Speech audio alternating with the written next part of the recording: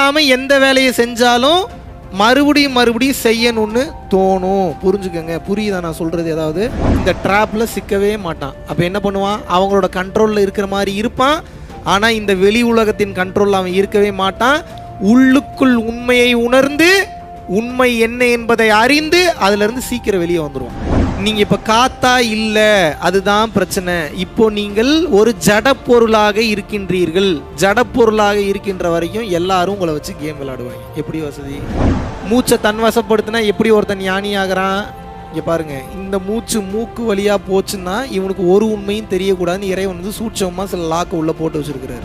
மூக்கு வழியா போகக்கூடிய மூச்சை உள்முகமாக திருப்பி முதுகுத்தண்டு வழியா ஓட வைக்கணும். அந்த மூச்சு எப்போ உங்க முதுகுத்தண்டு வழியா அந்த மூச்சு சுழுமுனை நாடியில் ஒளி சுவாசமாக ஓட ஆரம்பித்து விடுகிறதோ,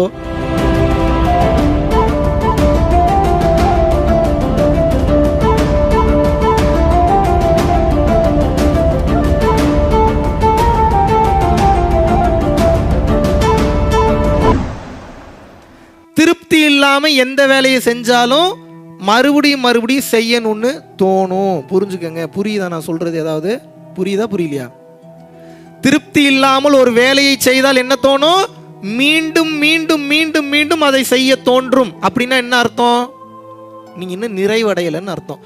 நிறைவடையலைன்னா என்ன ஆகும்? உங்களது ஆன்மா கரை சேராது. இவ்வளவுதான் மேட்டர். ஏன் பிரசன்ட்ல வாழு வராது. அவ்வளோ சீக்கிரம் வாழ முடியாது. எப்படி வாழ்வீங்க? பிரசன்ட்ல வாழ்ந்துட்டீங்கன்னா நீங்க கடவுள் ஆயிட்டீங்கன்னு அர்த்தம். ஏன் கடவுள் ஆயிட்டீங்கன்னு அர்த்தம்? நாளைய பத்தின நினைப்பே வரக்கூடாது. அவன் தான் பிரசன்ட்ல வாழ முடியும். எவ்வளோ பயம் எடுக்கும்? எப்படிங்க நீங்க சொல்றீங்க? அறிவோட பேசுறீங்களாங்க நீங்க? நாளைய பத்தின நினைப்பு இல்லாம எப்படிங்க இன்னைக்கு வாழ முடியும்? நாளானிக்கு பற்றி நினைக்காம எப்படிங்க வாழ முடியும்? நான் இன்றைக்கே உட்காந்து ஐட்டினரி ப்ரிப்பேர் பண்ணணுங்க. நான் இன்றைக்கே பிளான் போடணுங்க. பக்காவை எங்கே போகணும், ஏது பண்ணணும், இங்கே போகணுமா, அங்கே போகணுமா, எல்லாத்தையும் நான் எதை நீங்கள் ஸ்கெட்சு போட்டு எதை பண்ணிட முடியும்னு நினைக்கிறீங்க? நீங்கள் ஏதாவது நம்ம பிளான் போட்ட மாதிரி நம்ம வாழ்க்கையில் நடந்திருக்கா? மனசாட்சி தொட்டு சொல்லுங்க. சொல்லுங்க. மேபி ஒரு 10% 20% நடந்திருக்குனாலும் அது உங்கள் பிளான் இல்லாத அவன் பிளான்னு அர்த்தம். அவன் பிளான் போட்டால் தான் அது நடக்கும், இல்லைன்னா நடக்காது. நம்ம பிளான் போட்ட மாதிரி ஏதாவது நடந்திருக்கா? இப்போ புத்திசாலி என்ன பண்ணுவான்னா, எல்லாம் அவன் பிளான் தான்றதை புரிஞ்சுக்கிட்டு வேகத்தை முதல்ல குறைப்பான். எவன் வேகத்தை முதல்ல குறைக்கிறானோ அவனுக்கு தான் புரியும் இங்கே என்ன நடக்குதுன்னு. முதல்ல புரியுதா? யார் வேகத்தை குறைச்சி இங்கே பயணம் பண்ண ஆரம்பிக்கிறீங்களோ உங்களுக்கு மட்டும்தான் புரியும். என்ன புரியும்? இங்கே என்ன கூத்து நடந்துகிட்டு இருக்குன்னு புரியும், இல்லைன்னா புரியாது. மைண்டு ஸ்பீடாக ஓடிக்கிட்டே இருந்தது அப்படின்னா என்ன நடக்குது, நம்ம யார், எதுக்கு வந்திருக்கோம், இது எதுவும் புரியாது. வேற எவனோ ஒருத்தன் நமக்கு இன்ஸ்ட்ரக்ஷன் கொடுத்து பணம் தான் முக்கியம், வீடு தான் முக்கியம், செல்வம் தான் முக்கியம், காசு தான் முக்கியம், வைரம் தான் முக்கியம், தங்கம் தான் முக்கியம்னு உங்களை வேற ஒரு அஜெண்டா கொடுத்து அது பின்னாடி ஓட வச்சுருவானுங்க. ஏன்? உங்கள் மைண்டை எப்படி கண்ட்ரோல் பண்ணுறதுன்ற அந்த கீ அவன் வச்சிருக்கிறான். புத்திசாலி என்ன பண்ணுவான்? இந்த ட்ராப்பில் சிக்கவே மாட்டான். அப்போ என்ன பண்ணுவான்? அவங்களோட கண்ட்ரோலில் இருக்கிற மாதிரி இருப்பான். ஆனால் இந்த வெளி உலகத்தின் கண்ட்ரோலில் அவன் இருக்கவே மாட்டான். உள்ளுக்குள் உண்மையை உணர்ந்து உண்மை என்ன என்பதை அறிந்து அதிலிருந்து சீக்கிரம் வெளியே வந்துடுவான். விச் மீன்ஸ் பாடி மட்டும் சமுதாய சட்டத்திட்டங்களுக்குள்ளே இருக்கும். அவனது மனம் விடுதலை அடைந்த சுதந்திரமான ஆன்மாவாக இருக்கும். அவனை எதுலேயும் நீங்கள் கண்ட்ரோல் பண்ண முடியாது. ஏன்? அவன் காற்றுக்கு நிகரானவன். காற்றுக்கு நிகரானவன். என்ன காற்றை பிடிச்சி வைக்க முடியுமா? எப்படி பிடிச்சி வைப்பீங்க? காற்றை அடைச்சு வேணா வைக்கலாம், பிடிச்சி எப்படி வைப்பீங்க? அடைச்சு வச்சிருக்கீங்கன்னா அதுக்கு அர்த்தம் என்ன?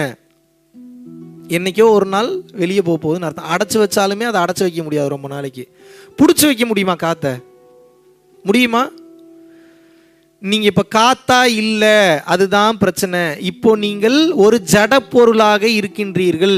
ஜட பொருளாக இருக்கின்ற வரைக்கும் எல்லாரும் உங்களை வச்சு கேம் விளையாடுவாங்க. எப்படி வசதி? என்னதான் இப்ப பண்றது? இப்ப என்ன பண்ணணும் அப்படின்னா தெளிவா புரிஞ்சுக்குங்க.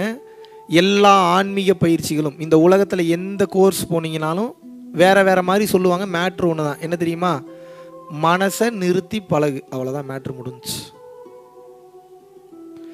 மலேசியாவில் இருக்கிற எந்த மெடிடேஷன் போனாலும் சரி, சிங்கப்பூரில் இருக்கக்கூடிய எந்த மெடிடேஷன் சென்டர் போனாலும் சரி, திபெத்தில் இருக்கக்கூடிய எந்த மெடிடேஷன் சென்டர் போனாலும் சரி, இந்தியாவில் இருக்கக்கூடிய எந்த மெடிடேஷன் சென்டர் போனாலும் சரி, உலகத்தில் இருக்கக்கூடிய எந்த மெடிடேஷன் சென்டருக்கு போய் எந்த மெடிடேஷன் பயிற்சியை கற்றுக்கிட்டீங்கனாலும் அதனுடைய உள்நோக்கம் என்ன அப்படின்னா, மனசை நிறுத்து. ஆனால் மனசு உடனே நிற்காது. அதுக்கு தான் என்ன பண்ணுறோம், டெய்லி மனசை நிறுத்தி நிறுத்தி பழகிறோம். மனசு நின்னாலும் ஒரு கட்டத்துக்கு மேலே உங்கள் மனசே ஏற்றுக்காது. ஏன் தெரியுமா? எவ்வளோ பெரிய குழப்பம் பாருங்க. என்னடா மனசை நிறுத்துன்ற, அப்புறம் நிற்காதுங்கிற, அப்புறம் நிறுத்தி பழகுனா அப்புறம் மனசே ஏற்றுக்காதுங்கிற, எல்லாம் அவன் தான். ஏன் நம்ம மனசு ஒரு கட்டத்துக்கு மேலே நின்னா ஏற்றுக்க முடியாது தெரியுமா? மனம் நின்றால் மூச்சு நிற்கும், மூச்சு நின்றால் மனம் நிற்கும்.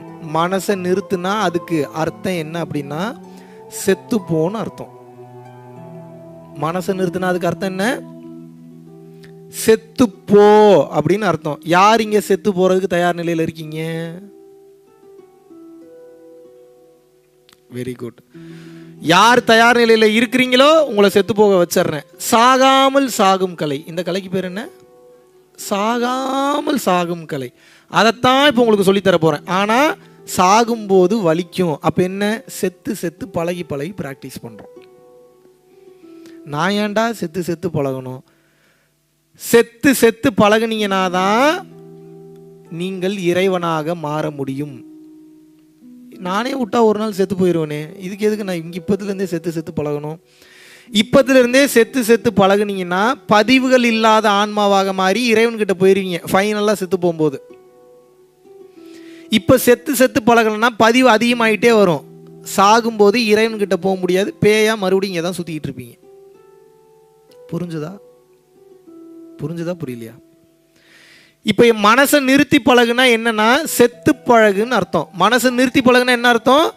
செத்து பழகு. செத்து பழகுனா என்ன? மூச்சு இப்போ இப்படி போயிட்டு போயிட்டு வருது இல்லை, இப்படிலாம் போகாது. ஒரு கட்டத்துக்கு மேலே கொஞ்சம் கொஞ்சமாக பயிற்சி பண்ண பண்ண இங்கே வரைக்கும் ஓடும். அப்புறம் மறுபடியும் பயிற்சி பண்ண அப்புறம் இதிலேருந்து இது வரைக்கும் ஓடும். இன்னும் நல்லா பயிற்சி பண்ணிங்கன்னா அப்புறம் இதிலேருந்து இது வரைக்கும் ஓடும். இதுக்கே உங்களுக்கு கிருகிருன்னு சுற்றும், அப்பப்போ வாமிட் வரும், காதில் புகை வரும், தலை கிருகிருன்னு சுற்றும். என்னடா ஒரு டைப்பாக இருக்குது, இது எதுக்கு தான் பண்ணனே தெரியலையே, சும்மா இருந்தால் கூட பரவாயில்ல, இதை வேற பண்ணுன்ட்டு உயிர் போதே. எவனும் செத்தெல்லாம் போக மாட்டீங்க, ஆனால் இதுக்கு செத்து போயிடலான்ற மாதிரி இருக்கும். அப்புறம் பயிற்சி பண்ண இங்கேருந்து இது வரைக்கும் ஓடும் மூச்சு. ப்ரீத்திங் போகிறதே தெரியாது. ஒரு கட்டத்துக்கு மேலே மூச்சே போகாது, இதுலேருந்து இது வரைக்கும் மட்டும் ஓடும், உள்ளுக்குள்ளே ஓடும். வந்து கையை வச்சு பார்த்தா கூட தூங்கும் போது வச்சாவே கண்டுபிடிக்க முடியாது. நீ உயிரோடு இருக்கும்போது முழிச்சுட்டு இருக்கும்போது வந்து மூக்கில் கை வச்சாவே மூச்சு ஓடாது. அப்புறம் அந்த தன்மைக்கெல்லாம் போயிட்டீங்கன்னு வச்சுக்கோங்க, நீங்கள் மனிதனாக இருக்க மாட்டீர்கள். எவன் ஞானி? மூச்சை தன்வசப்படுத்தியவன் தான் ஞானி. மூச்சை தன்வசப்படுத்தினா எப்படி ஒருத்தன் ஞானி ஆகிறான்? இங்கே பாருங்க, இந்த மூச்சு மூக்கு வழியாக போச்சுன்னா இவனுக்கு ஒரு உண்மையும் தெரியக்கூடாதுன்னு இறைவன் வந்து சூட்சமாக சில லாக்கை உள்ளே போட்டு வச்சுருக்கிறார். புரியுதா? மூக்கு வழியாக போகக்கூடிய மூச்சை உள்முகமாக திருப்பி முதுகுத்தண்டு வழியாக ஓட வைக்கணும். அந்த மூச்சு எப்போ உங்கள் முதுகுத்தண்டு வழியாக அந்த மூச்சு சுழுமுனை நாடியில் ஒளி சுவாசமாக ஓட ஆரம்பித்து விடுகிறதோ, இறைவன் மறைச்சிருக்கக்கூடிய எல்லா உண்மையும் உங்களுக்கு தெரிஞ்சிடும். அதுக்கு பேர் தான் மெய் ஞானம், பிரம்ம ஞானம், உச்சகட்ட மெய் ஞானம், எப்படி வேணாலும் பேர் வச்சுக்கோங்க. மூக்கு வழியாக போகக்கூடிய மூச்சு கொஞ்சம் கொஞ்சமாக திரும்பி உள்மூச்சாக ஓடும்போது மூக்கு வழியாக மூச்சு வராது. அது பண்றீங்க டெய்லியும். பட் என்ன பிரச்சனைனா, அப்போ கான்சியஸ்னஸ் இல்லை, தூங்கிடுறீங்க. தூங்கிட்டு இருக்கும்போது பண்றீங்க. அதை தூங்கிட்டு இருக்கும்போது அதை பண்ணக்கூடாது. விழிப்பு நிலையிலேயே அந்த ஒளி சுவாசத்தை நீங்கள் பழக வேண்டும். எப்போது நீங்கள் விழிப்பு நிலையிலேயே அந்த ஒளி சுவாசத்தை நீங்கள் பழகி விடுகின்றீர்களோ, இறைவனின் காட்சி அனைத்தும் உங்கள் காட்சியாக தெரியும். இறைவன் எதையெல்லாம் மறைத்து வைத்திருக்கின்றாரோ அத்தனையும் புரியும். ஒருத்தன் வந்து நின்னானா நிகழ்காலம், எதிர்காலம், இறந்த காலம், திரிகால ஞானம் சொல்லுவாங்க. அப்படியே ஓடும், கண்ணு முன்னாடி ஓடும். பார்த்தா தெரியும் உங்களுக்கு, இவன் என்ன பண்ணுறான், ஏது பண்ணுறான், எங்கே எந்த பாவம் பண்ணதுனால இவ்வளோ பிரச்சனை, இதனால தான் இவனுக்கு இப்போ இந்த பிறவி கிடச்சிருக்கு, யாரை கொன்னான், யாரை கொலை பண்ணான், யாரை கொள்ளையடிச்சான், அத்தனையும் ஓடும். திரிகால ஞானம். ஒருத்தன் வந்து நின்னானா என்ன உணர்வுக்கு வரான், எதுக்காக வரான், அவன் அவசியம் என்ன, அவன் தாத்தா யார் பாட்டி யார் எல்லாம் காமிச்சு கொடுக்கும். காரணம் என்ன அப்படின்னா, ஒளி சுவாசம் உங்களுக்கு வேலை செய்ய ஆரம்பித்து விட்டது.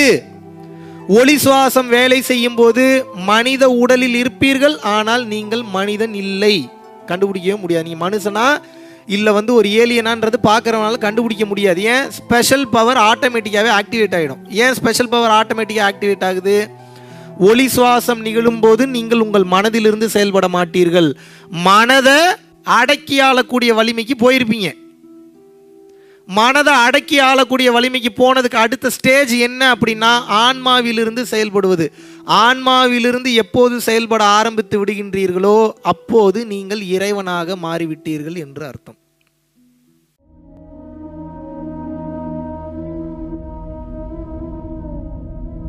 பரம்பொருளின் கருணையினால உங்களுடைய இடைவிடாத அன்னதானத்திற்கு நீங்கள் அனுப்பப்பட்ட பணத்தின் மூலியமாக பல லட்சம் உயிர்களுக்கு இது நாள் வரைக்கும் வந்து சாப்பாடு கொடுத்துருக்கோம்.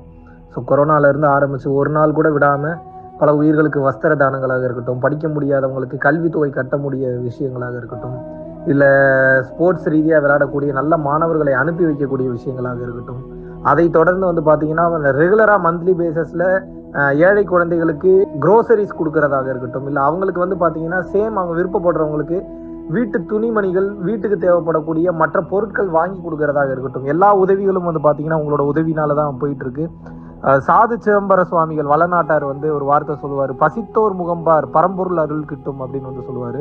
வள்ளல் பெருமானும் ஜீவகாருண்யம் உள்ள சம்சாரிகளுக்கு எப்பேற்பட்ட சூழ்நிலையிலும் வந்து பார்த்தீங்கன்னா அவங்களோட லாபம் தடைபடாது, தொழில் பிரச்சனைகள் வந்து நிவர்த்தியாகும், அதை தொடர்ந்து வந்து வாழ்க்கையில குடும்ப பிரச்சனைகள் விலகும், அதுபோக குழந்தை சம்பந்தமான பிரச்சனைகள் எதுவாக இருந்தாலும் வந்து இந்த அன்னதானத்திற்காக நீங்கள் செய்யக்கூடிய ஒவ்வொரு ரூபாயும் அது வந்து உங்களுக்கு நிச்சயமாக புண்ணியமாக வந்து சேரும்.